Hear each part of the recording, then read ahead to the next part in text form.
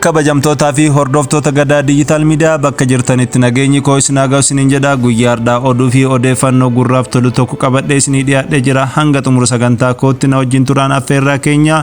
Kallattiin gara oduu fi odeeffannoo bashannansiisuu yookiin dinqisiisuu har'a qabannetti isin ceesifne. Bara 1986 balaliisaan xiyyaara Sooviyetii tokko gargaaraa isaa wajjin qumaara taphachuudhaaf walii galan. Qumaara isaanii kanas osoo xiyyaara balaliisaa jiran akka taphatan waliif mirkaneessan. Egaa balaliisaan kunis qumaara taphachuudha erga walii galanii guyyaan imaltoota isaanii qabatanii biyya biraa geessan gahe. Imaltoonni isaanii kun immoo baay'inni isaanii namoota 86 ta'u. Namoota 86 qabatanii imala isaanii daandii walakkaa irratti argamu. Waadaa isaanii inni tokko erga yaadaatiitti waadaa keenya hojii ammumarraa oolchinu jedhan. Akkuma jedhaniinis hojii isaanii eegalan. Egaa imaltoonni hojii isaanii kana yeroo jalqabaatiif raajeffataniituma akka qoosaatti ilaalaa turan. Egaa imaltoonnis hojii isaanii kana akka qoosaatti ilaalaa waan turaniif hojiin kun gara qumaaratti ce'aa jedhaniitti hin tilmaamne ture. Egaa balaliisaa inni tokko ammoo qumaara kana waan nyaachuu barbaadeef daandii xiyyaara kana keessatti fuuldura isaatiin golgaa tokko uummate. Golgaa kanaan ammoo fuuldurri balaliisota kanaa dukkanaan uwwifame. Egaa imaltoonnis hojii kana erga arganiitii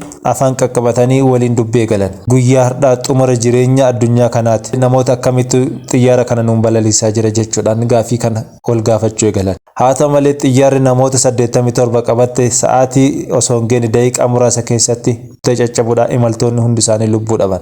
Xumura irratti bu'aan qumaara balaliisotaas lubbuu isaanii dhabsiifte, namoota imaltoota qabatanis lubbuu isaanii dhabsiifte jettu oduun tun.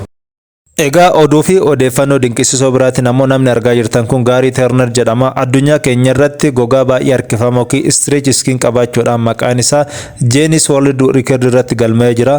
Gogaan isaa akka kanatti akka harkifamuuf sababni guddaan dhukkuba qaama isaa keessatti argamu Ehlers-Danlos syndrome jedhamu yommuu ta'u bara 1999 akka lakkoofsa Awurooppaa Los Angeles keessatti gogaa garaa isaa irraa inchi 6.25 harkisuudhaan beekamtii fi badhaasa kana kan argate toora miidiyaa irraa odeeffannoo argannin ibsa.